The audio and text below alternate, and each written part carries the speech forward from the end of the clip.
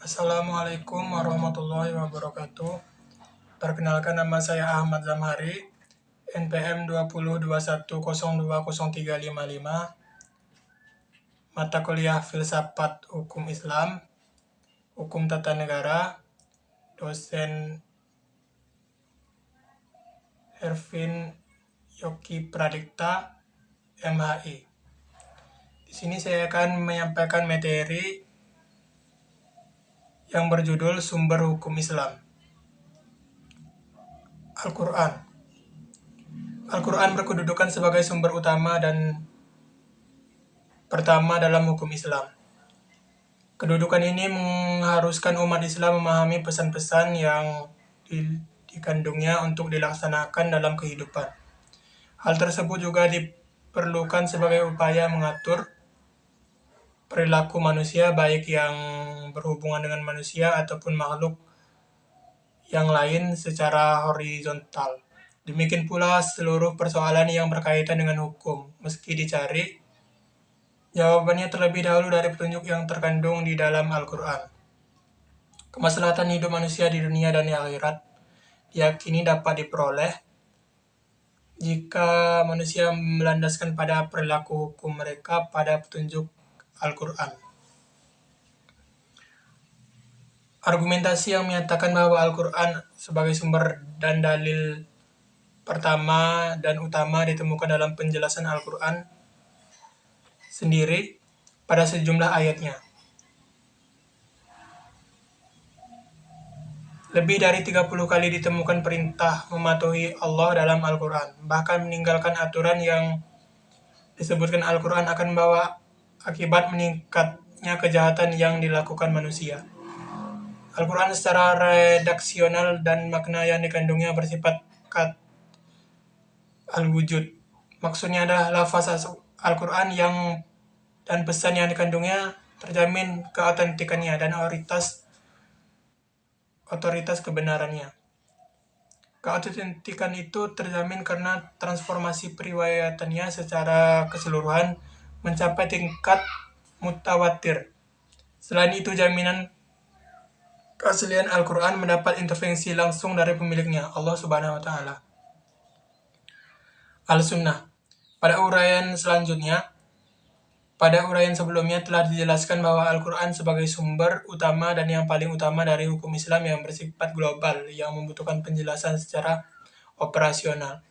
Nabi Muhammad SAW sebagai penyampai ajaran Al-Quran diberi otoritas oleh Tuhan untuk menjelaskan lebih lanjut apa yang telah diwahyukan kepadanya. Dengan demikian, Al-Sunnah baik dalam bentuk perkataan, perbuatan, maupun dalam bentuk takrir berkedudukan sebagai sumber kedua setelah Al-Quran. Kedudukan Al-Sunnah sebagaimana disebutkan di atas berdasarkan argumentasi bahwa secara normatif ditemukan ayat Al-Quran yang menyeluruh untuk taat kepada Rasul. Ketaatan kepada Rasul sering dikaitkan dengan ketaatan kepada Allah Subhanahu wa Ta'ala. Seperti yang ditemukan pada surah An-Nisa 13. Artinya,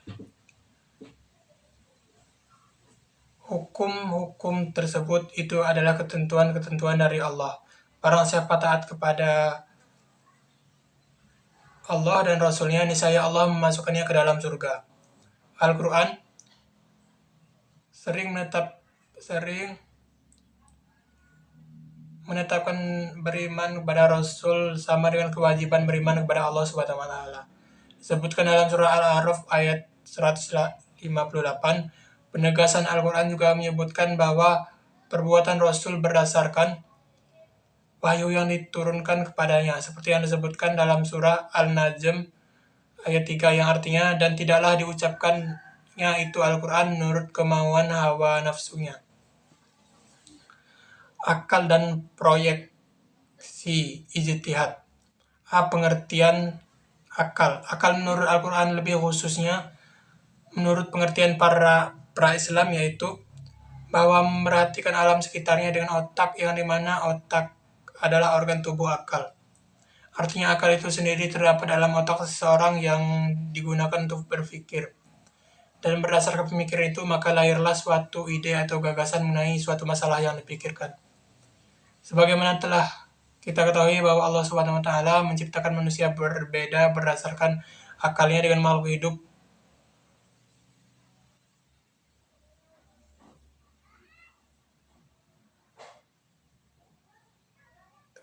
lainnya seperti hewan dan tumbuhan. Berdasarkan perspektif agama Islam, peran akan dibagi dua, yaitu satu, memahami nilai ajaran agama. Apabila ada doktrin yang kurang jelas, akal akan merumuskan pelaksanaannya. Adapun ketika sebuah doktrin agama memiliki nilai sosial, akal bertugas menerjemahkan dalam konteks kehidupan kekinian, bukan untuk mengubah doktrin, melainkan menemukan pelaksanaan doktrin. Dua, akal bertugas memilih dan menyeleksi doktrin agama. Terkadang ada doktrin agama yang temporer atau madaniyah dan doktrin agama yang salah kontemporer atau makiyah. Terkait hal ini, akal bertugas untuk memilih kemungkinan terbaik pelaksanaannya. B. Proyeksi ijtihad. Ijtihad menurut bahasa berarti usaha yang keras dan bersungguh-sungguh. Sedangkan pengertian dari segi istilah ijtihad adalah berusaha menetapkan hukum terhadap masalah yang belum ada ketetapan hukumnya dalam Al-Quran dan hadis yang dilakukan secara cermat dan pikiran yang murni serta berpedoman pada aturan penetapan hukum yang benar. Rujukan ijtihad tetap pada Al-Quran dan hadis dalam arti bahwa penetapan hukum ijtihad tidak boleh bertentangan dengan ayat-ayat Allah Subhanahu wa taala atau ajaran Rasulullah Shallallahu alaihi wasallam. Orang-orang yang berijtihad disebut mujtahid. Antara mujtahid yang satu dengan mujtahid yang lainnya dengan ketetapan perkara yang belum ada ketentuannya, hukumnya dalam Al-Quran mungkin akan berbeda dalam memberikan penetapan hukum. Ada pendapat yang satu benar, yang lain menjadi salah. Hal ini akan menjadi penilaian yang memengaruhi hukum. Ijtihad menjadi sumber hukum Islam yang ketiga. Boleh dilakukan oleh siapa saja yang memiliki persyaratan minimal seperti memahami mafhum ayat atau hadis, memiliki atau menguasai ilmu alat, atau seperti nahwu, sorof, mengetahui latar belakang suatu ayat atau hadis, luas pemahamannya terhadap pengetahuan Islam, memiliki loyalitas yang tinggi terhadap agama, dan lain-lain. Ijtihad ditetapkan dengan beberapa cara, antara lain ijma' dan qiyas. Ijma' adalah kesepakatan para mujtahid pada suatu masa setelah Rasulullah wafat terhadap suatu masalah. Sedangkan qiyas adalah menetapkan hukum dengan cara menghubungkan suatu perkara yang sudah ada ketetapan hukumnya terhadap masalah lain yang dihadapi dan belum ada ketetapan hukumnya. Sedang antara keduanya sama-sama memiliki sebab yang disepadankan. Demikianlah presentasi yang dapat saya sampaikan. Lebih kurangnya saya mohon maaf. Sekian dan terima kasih. Saya akhiri. Wassalamualaikum warahmatullahi wabarakatuh.